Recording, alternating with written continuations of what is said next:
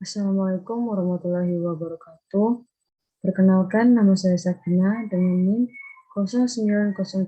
0903-1381-924105 dari kelas Sistem Informasi Bilingual 6A Universitas Sriwijaya. Di sini saya akan menjelaskan materi tugas HER UTS mata kuliah Enterprise Research Planning. Yang pertama, soal pertama ada pengenalan ERP. Pengertian ERP itu sendiri merupakan sistem informasi yang diperuntukkan bagi perusahaan manufaktur maupun jasa yang berperan mengintegrasikan dan mengotomasikan proses bisnis yang berhubungan dengan aspek operasi, produksi, maupun distribusi di perusahaan bersangkutan. Selanjutnya, sejarah ERP. ERP berkembang dari Manufacturing Research Planning atau MRP2. MRP2 sendiri adalah hasil evolusi dari Material Requirement Planning atau MRP yang berkembang sebelumnya. Sistem ERP secara modular menangani proses manufaktur, logistik, distribusi, persediaan atau inventory, pengapalan, invoice, dan akunting perusahaan. Dan yang terakhir, ERP membantu mengontrol aktivitas bisnis seperti penjualan, pengiriman, produksi, manajemen persediaan, manajemen kualitas, dan sumber daya manusia. Nama lain ERP adalah IRM atau Enterprise Research Management. Terdiri dari 4, yaitu CRM, SCM, PLM, dan SRM. Karakter ERP. Yang pertama, disebut sebagai back office system yang mengindikasikan bahwa pelanggan dan publik secara umum tidak dilibatkan dalam sistem ini. Berbeda dengan front office system yang langsung berurusan dengan pelanggan seperti sistem untuk e-commerce, Customer Relationship Management atau CRM, dan e-government. Selanjutnya dirancang sebagai software bertipe client server, baik secara tradisional maupun berbasis web, untuk mengintegrasikan sebagian besar atau mayoritas proses bisnis dalam organisasi. Mempunyai kemampuan untuk mengelola sebagian besar transaksi yang terjadi dalam perusahaan dengan menggunakan enterprise-wide database yang merekam setiap data sebanyak 1 kali dan dapat diakses secara real-time. Kemudian mempunyai kemampuan untuk mengintegrasikan perencanaan dan eksekusi transaksi dan mendukung sistem informasi dalam multi-course dan multibahasa, sehingga mempunyai solusi spesifik untuk suatu industri dan dapat dikustomisasi tanpa merubah bahasa program. Manfaat menggunakan ERP itu sendiri, yang pertama, integrasi data keuangan untuk mengintegrasikan data keuangan sehingga top manajemen bisa melihat dan mengontrol kinerja keuangan perusahaan dengan lebih baik. Kedua, standarisasi proses operasi. Menstandarkan proses operasi melalui implementasi best practice sehingga terjadi peningkatan produktivitas, penurunan efisien, dan peningkatan kualitas produk. Dan yang terakhir, standarisasi data dan informasi. Menstandarkan data dan informasi melalui keseragaman pelaporan, terutama untuk perusahaan besar, yang biasanya terjadi dari banyaknya bisnis unit dengan jumlah dan jenis bisnis yang berbeda. Kemudian, pedoman saat implementasi ERP. Yang pertama, ERP adalah bagian dari infrastruktur perusahaan dan sangat penting untuk kelangsungan hidup perusahaan. Semua orang dan bagian yang akan terpengaruh oleh adanya ERP harus terlibat dan memberikan dukungan terhadap jalannya ERP. Selanjutnya, ERP ada untuk mendukung fungsi bisnis dan meningkatkan produktivitas. Dan yang terakhir, pelajari kesuksesan dan kegagalan implementasi ERP. Selanjutnya ada penyebab gagalnya ERP, yaitu karena waktu dan biaya implementasi yang melebihi anggaran, pre-implementasi tidak dilakukan dengan baik, strategi operasi tidak berjalan dengan bisnis proses desain dan pengembangannya, dan orang-orang tidak disiapkan untuk menerima dan beroperasi dengan sistem yang baru. Berikutnya ada petunjuk implementasi ERP. Yang pertama adalah menentukan Target implementasi. Kedua, mengembangkan secara modular. Dan yang terakhir, hitung biaya dengan cermat. Baiklah, di sini masuk soal nomor 2. Di sini saya mengambil implementasi sistem ERP PT Pos Indonesia, sebuah inisiasi dan strategi.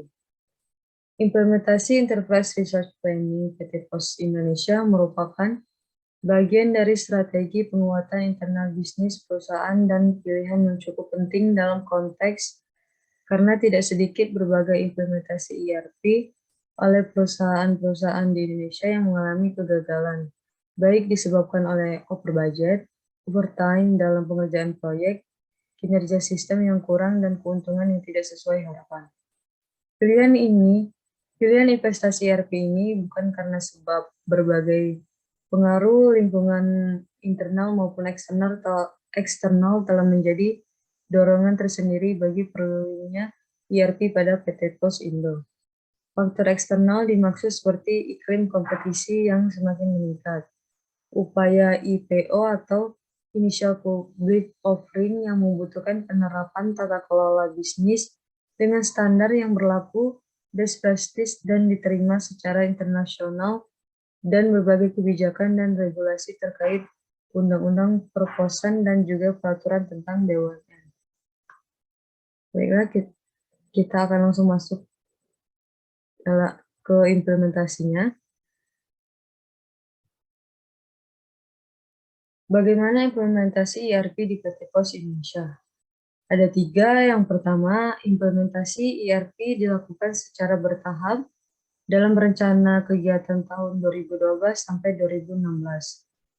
Implementasi ERP telah menjadi agenda PT Pos Indo.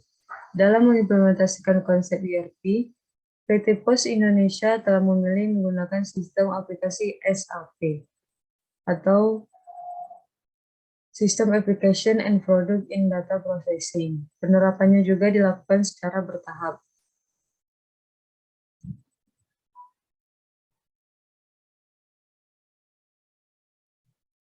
Yang kedua, melakukan langkah-langkah penyiapan existing sistem. Beberapa langkah yang dilakukan adalah: yang pertama, penyiapan sistem informasi akuntansi dan finansial kontrol SIMAPOS sebagai aplikasi informasi akuntansi dan keuangan merupakan exciting sistem yang perlu dikembangkan ke arah ERP. Berawal dengan melalui sistem kompilator aplikasi yang menghubungkan pusat dengan UPT dan kantor cabang telah dirubah ke modul SIMAT online dalam bentuk sistem pelaporan keuangan atau SPK. Aplikasi ini yang nantinya akan diganti dengan SAP Vico. Yang kedua, pengembangan aplikasi adalah dalam core bisnis berbasiskan layanan. Sistem IPOS dikembangkan sebagai basis layanan surat dan logistik, yaitu dengan cara mengubah platform aplikasi transaksional menjadi berbasis web serta didukung oleh sistem pengendalian lainnya, seperti web monitoring, reporting, airway, bill monitoring, dan operation control system. Dan yang terakhir, pengembangan sistem SLKT sebagai basis aplikasi dalam layanan keuangan, yaitu dengan cara menggabungkan seluruh fungsi ke dalam satu interface loket tunggal atau sekaligus diintegrasikan dengan aplikasi IPOS dan mengembangkan back-end yang terintegrasi ke dalam SAP Vjax. Selanjutnya, implementasi yang ketiga, peningkatan infrastruktur TI. Infrastruktur jaringan internet PT Pos Indo telah menjangkau 89% kantor pos cabang.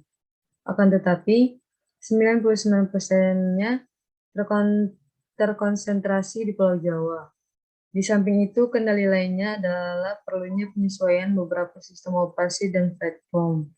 Rencana alokasi dana untuk peremajaan, penyesuaian, dan pengembangan infrastruktur dari tahun 2012 sampai 2016 mencapai 53,87% dari total pembiayaan pengembangan teknologi informasi dan komunikasi di PT Pos Indo. Selanjutnya soal ketiga, materi aplikasi SAP. SAP sendiri merupakan suatu software yang dikembangkan untuk mendukung suatu organisasi dalam menjalankan kegiatan operasionalnya secara lebih efisien dan efektif. Kedua, SAP merupakan Software Interface Resource Planning atau ERP, yaitu suatu tools IT dan manajemen untuk membantu perusahaan merencanakan dan melakukan berbagai aktivitas sehari-hari. SAP terdiri dari sejumlah modul aplikasi yang mempunyai kemampuan mendukung semua transaksi yang perlu dilakukan suatu perusahaan. Dan semua modul aplikasi di SAP dapat bekerja secara terintegrasi atau terhubung yang satu dengan yang lainnya. Selanjutnya modul-modul di SAP. Ada 6, yang pertama SD Sales dan Distribution, membantu meningkatkan efisiensi kegiatan operasional berkaitan dengan proses pengelolaan customer order. Selanjutnya adalah MM, Materials Management, yaitu untuk membantu menjalankan proses pembelian atau procurement dan pengelolaan inventory. Ada PP, Production Planning, yaitu membantu proses perencanaan dan kontrol daripada kegiatan produksi atau manufacturing suatu perusahaan. Selanjutnya ada QM, Quality Management, yaitu membantu mencek kualitas proses-proses di keseluruhan rantai logistik. Ada PM, Plan Maintenance, suatu solusi untuk proses administrasi dan perbaikan sistem secara teknis. Dan yang terakhir ada HR, Human Resource Management, yaitu untuk mengintegrasikan proses-proses HR mulai dari aplikasi pendaftaran, administrasi pegawai, manajemen waktu, pembiayaan untuk perjalanan, sampai ke proses pembayaran gaji pegawai. Di sini terdapat dampak integrasi sistem menggunakan SAP. Yang pertama, perubahan yang dilakukan pada satu modul secara otomatis akan mengupdate modul yang lainnya. Bila informasi yang dirubah berkaitan dengan modul tersebut, data akan terupdate secara langsung begitu user menginput ke dalam sistem. Hal ini dikenal dengan istilah real-time processing. Yang kedua, integrasi secara sistem bisa terjadi dengan syarat bahwa seluruh perusahaan harus menggunakan satu sumber data yang sama, baik untuk data customer, data produk, maupun data vendor. Dan yang terakhir, transparansi data. Semua user yang menggunakan akses ke sistem akan dapat melihat semua informasi yang paling up-to-date setiap saat diperlukan walaupun informasi tersebut diinput oleh user manapun. Selanjutnya, ada tipe data yang terdapat dalam sistem SAP. Ada 2, yang pertama data transaksi, data yang digunakan untuk melakukan transaksi di SAP, contohnya membuat purchase order. Dan ada sistem transaksi akan tersimpan di dalam satu dokumen tertentu. Selanjutnya ada master data.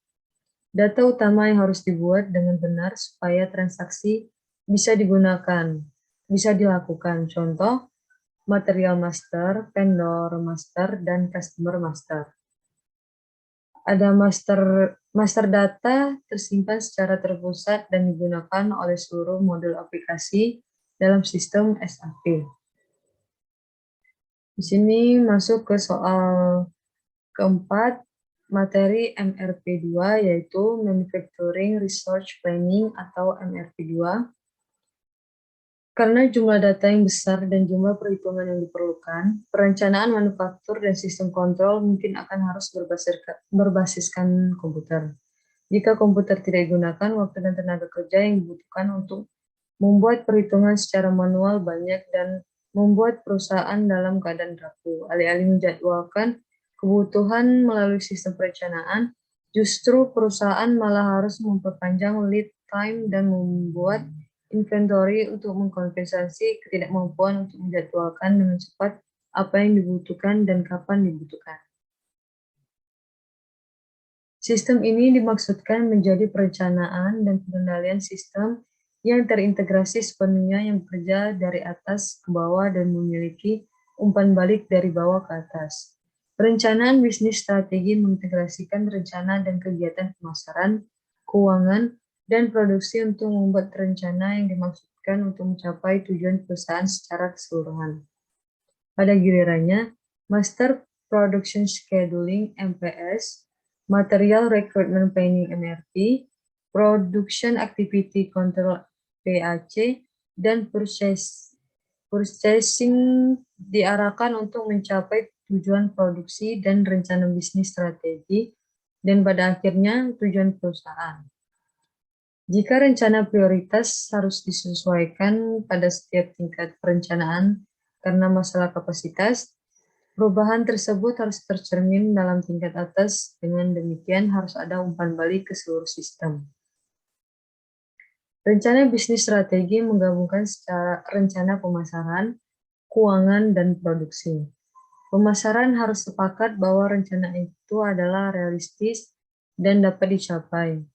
Keuangan harus sepakat bahwa rencana tersebut memang menjanjikan dari sudut pandang keuangan, dan produksi harus sepakat bahwa itu dapat memenuhi permintaan yang dibutuhkan.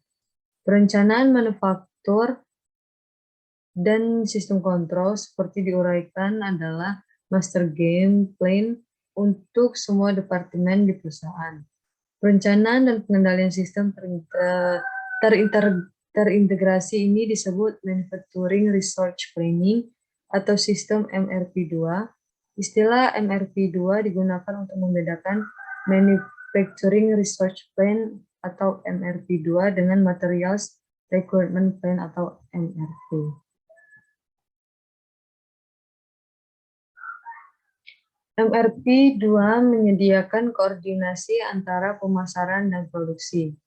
Pemasaran, keuangan, dan produksi menyepakati total rencana yang bisa diterapkan yang dinyatakan dalam rencana produksi.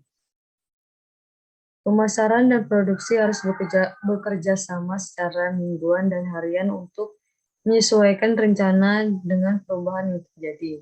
Ukuran pesanan mungkin perlu diubah, pesanan dibatalkan, dan pengiriman tanggal disesuaikan. Perubahan jenis ini dilakukan melalui MPS, jadwal induk produksi.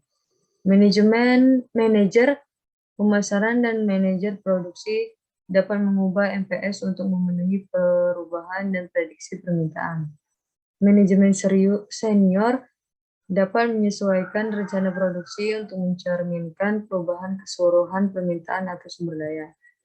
Namun mereka semua bekerja melalui sistem MRP2. Ini menyediakan mekanisme untuk mengkoordinasikan upaya pemasaran, keuangan, produksi, dan departemen lain dalam perusahaan. MRP2 adalah metode untuk perencanaan yang efektif dari semua sumber daya dari sebuah perusahaan manufaktur. Baiklah, sekian penjelasan dari saya. Wassalamualaikum warahmatullahi wabarakatuh.